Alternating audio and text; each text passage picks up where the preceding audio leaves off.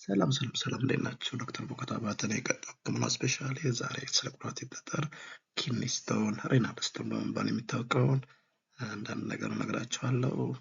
የኩላሊት ድንጋይ ምንድን ነው?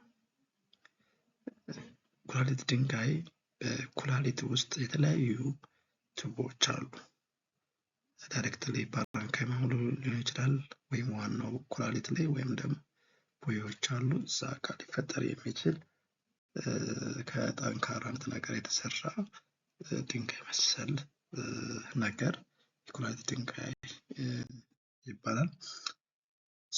በኩላሊት ውስጥ የሚከማች ካልሲየም፣ ከዩሪክ አሲድ፣ ሌሎች ምግቦች መጠን ሲጨምሩ ድንጋይ ይፈጠራል። መጠኑ እንግዲህ ምን ሊሆን ይችላል? ከአንድ የዘር ፍሬ እስከ ትልቅ ድንጋይ ሊሆን ይችላል። ቬሪ ስሞል ሊሆን ይችላል፣ ደግሞ በጣም ላርጅ ስቶን ሊሆን ይችላል። ጀርባቶች የኩላሊት ጠጠር እንዴት ሊፈጠር ይችላል? ምክንያቶች መፈጠሪያ ምክንያቶች ምንድን ናቸው? አንደኛ የውሃ እጥረት፣ ብዙ በረሃማ አካባቢዎች ላይ መኖር በራሱ አንድ ሪስክ ፋክተር ነው። ጨው መመገብ፣ አመጋገብ፣ ጥሬ ስጋ የሚያበዙ ሰዎች፣ ፋሚሊ ሂስትሪ ያላቸው፣ ተደጋጋሚ ኢንፌክሽን ካለ፣ እነዚህ ነገሮች ካሉ ኩላሊት ጠጠር ሊፈጠር ይችላል። እንግዲህ እነዚህ መግለጫዎች አሁን ፋሚሊ ሂስትሪ፣ ዜጋ ሜዲኬሽን መውሰድ፣ አንዳንድ ምግቦች፣ ዳይጀስቲቭ ዲዚዝ፣ ዲሃይድሬሽን፣ ኦቤሲቲ፣ እነዚህ ሪስክ ፋክተርስ ናቸው። ህመሞቹ ምን ናቸው? ከባድ የጎን ህመም፣ የጎን ህመም ከባድ ሊፈጠር ይችላል። ደም መሽናት፣ ማቅለሽለሽ፣ ትኩሳት፣ ሽንት ማቃጠል፣ እነዚህ የኩላሊት ጠጠር ምልክቶች ናቸው። እነዚህ ካሉ ቶሎ ወደ ህክምና መሄድ ያስፈልጋል። ማየት አደጋ ሊኖር ይችላል። የኩላሊት ኢንፌክሽን ሊፈጠር ይችላል። ኩላሊት መቆለፍ ኦብስትራክሽን ለማለት ነው። ኩላሊት መጎዳት፣ ፋይናሊ ሽንት ዛታች ሄዶ ደግሞ ሽንት ሊዘጋ ይችላል። እነዚህ ነገሮች በጣም አደጋዎች ናቸው። እባካችሁ እነዚህ ነገሮች ካሉባችሁ ሐኪም ሄዳችሁን እና መደረግ አለበት የሚለውን ተስማምታችሁ መደረግ አለበት። እሺ ምርመራዎችን ምን ምርመራዎች ማድረግ ይጠበቅባችሁ? ሽንት ምርመራ ለምሳሌ ዩሪን አናሊሲስ ይባላል። እሱ ተመርምሮ የተለያዩ ነገሮች ሊያሳይ ይችላል። ኢንፌክሽን ሊያሳይ ይችላል፣ ወይም ደግሞ አንዳንድ ኬሚካል ቴስትም ሊኖረው ይችላል። በዛ ማድረግ የደም ምርመራዎች አስፈላጊ ናቸው። የተለያዩ የደም ምርመራዎች አሉ።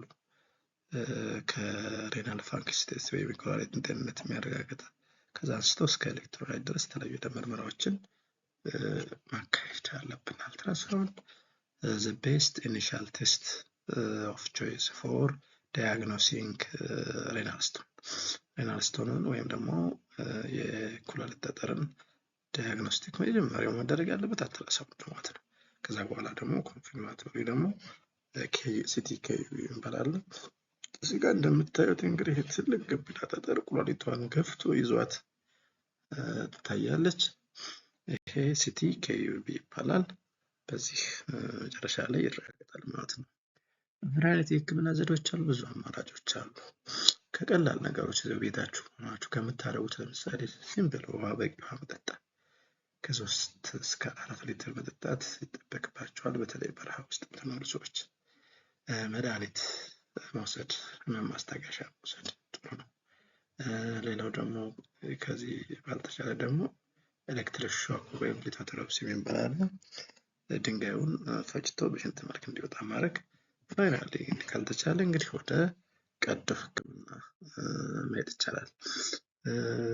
ከዛ ውጭ ግን ቅድመ መከላከል ከመከሰቱ በፊት እንደነገርኳችሁ በቂ ውሃ መጠጣት፣ ጨው መቀነስ፣ ስጋ መቀነስ፣ መደበኛ የህክምና ምርመራ ማድረግ መከላከል ይቻላል። መቼ ወደ ሐኪም ቤት መሄድ? ከባድ ህመም ካለ ቶሎ ትኩሳት ሲኖር፣ ሽንት ሲዘጋ፣ ደም በሽንት ላይ ከታየ ቶሎ ወደ ሐኪም ቤት መሄድ ይጠበቅባቸዋል። እንደ ማጠቃለያ ምንድነው? የኩላሊት ድንጋይን መከላከል ይቻላል። በቂ ውሃ መጠጣት፣ ምግቦች መመገብ፣ መስጠት፣ በጤና ህክምና በመሄድ አስፈላጊውን ጥንቃቄ አድርጎ የኩላሊት ድንጋይን ወይም ጠጠርን መከላከል ይቻላል ነው የምለው።